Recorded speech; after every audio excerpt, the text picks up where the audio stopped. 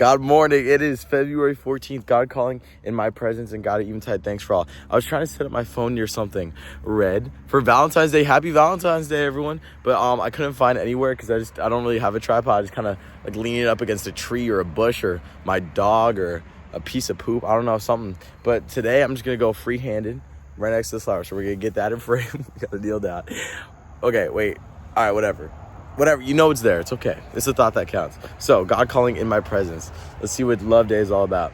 You do not realize that you would have broken down under the weight of your cares, but for the renewing time with me, it is not what I say. It is I myself. It is not the hearing me so much as the being in my presence. The strengthening and curative powers of this you cannot know. Such knowledge is beyond your human reckoning.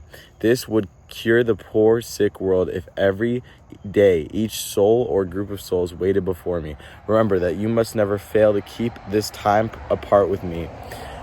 Gradually, you will be transformed physically, mentally, spiritually into my likeness. All who see you or have contact with you will be, by this intercourse with you, brought near to me, and gradually the influence will spread. You are making out spot of earth a holy place, and though you must work and spend yourself ceaselessly because that is for the present your appointed task, yet the greatest work either of you can do and are doing is done in this time apart with me.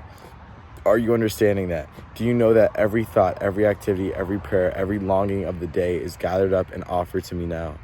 Oh, joy that I am with you. For this I came to earth, to lead man back to spirit, converse with his God. So that was a lot. That was a lot to break down. And I feel like that was fairly simple to understand if you really were intuitively listening. I feel like this one was easy to get. We're right next to the road. All right, let me walk away. It's not there anymore. The flower is gone. It's not Valentine's Day anymore. It's God's day. It's God morning. So this one is talking about just how being in God's presence strengthens you. It curates our powers, and it makes us so much stronger, and we don't even acknowledge how much stronger we are being in God's presence, which is something I've actually thought about. Oh my God, it's busy this morning. It's crazy how much we're able to endure just because God is continuously supporting us. And the only time we fail, the only time we give up is when we're only seeing it our way, is where we're only seeing it by like our own power, right? And there's so many things in your life that could have gone wrong, could have gone bad, that we don't even acknowledge God was a part of.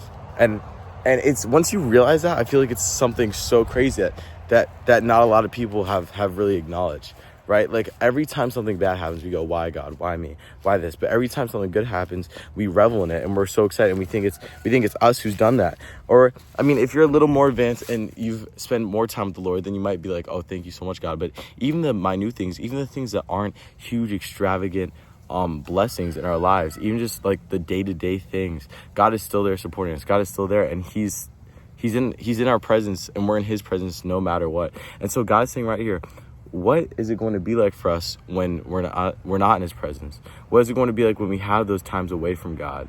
How are we going to act? How are we going to conduct ourselves? It's like when the teacher walks out of the room, right? There's always going to be that one kid that like starts screaming, that was me. Starts jumping on the desk, that was me. Food fight, and you don't even have food. It's like middle of third period. You're just going to start throwing erasers around.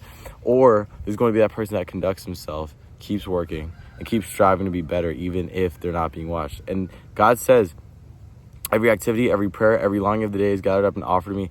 So those things that we do when God isn't in our presence, when He takes Himself out of the equation just to see how we'd act, just to see what we do in the final hour, those things that we do, that's like an offering to God. That's a blessing to God to see how His son and daughter would act in this scenario, how we'd act if we weren't constantly being watched over Him and we weren't constantly having a reminder of Him in our lives, right?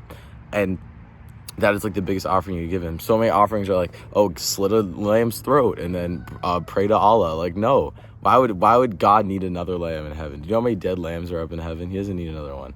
But what He does need is more love, more hope, more prayer, more longing to be closer to Him. He needs that.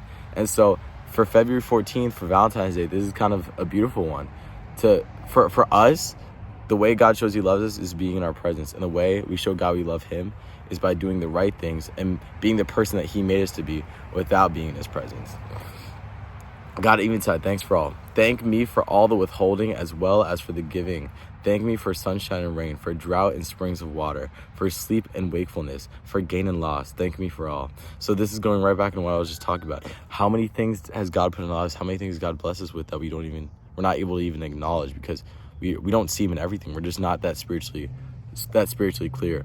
Know beyond all doubt, all fear that all is well. Cling to me in moments of weakness. Exactly. If God is always in our presence and we always have God, what is there to fear?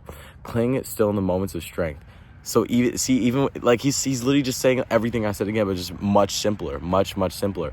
Cling still in moments of strength. So when we're in our lowest hour, we will always turn to God. We will always turn to a higher power because we know we can't do it by ourselves anymore. But the moment that we have a huge victory, the moment that we've made a huge stride, we don't need God anymore. We're like, okay, we're good. Thanks, God. Thank you so much. You can go away now.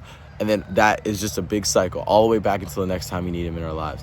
So if you have this mindset, which is like 99.9% of humans do, and it's something we just do naturally. It's like when we do win, we don't want to acknowledge how we won. We don't want to acknowledge the others that we won with. We just want to acknowledge ourselves and how we did it. So that's what God's saying. Cling still in moments of strength. In moments when you are on top, when you are striving, still cling to God. You still need his power. Even though you're doing great, you still need him. He still loves you. Imploring that you may never feel self-sufficient. So yeah, you should never feel like full of self. You should never feel like you're doing things only by yourself. Like you're running your own train, like you're running your own race. No evil shall befall you. Rest in this knowledge. So guys, as long as you're with God through the ups and through the downs. Through the downs is easy, but through the ups is where it gets challenging. As long as you love him like that, he will love you like so much. He'll never stop loving you. He'll never stop blessing you. So I love you guys so much. That is February 14th. I hope you guys are going to have a good love day. I hope you kiss someone. I hope if you're not going to kiss someone that you kiss a pint of ice cream, that you listen to some Ed Sheeran, and then you do that. You do that for me. You do it for God. Love you guys so much. Never stop praying. With that, I'll say amen.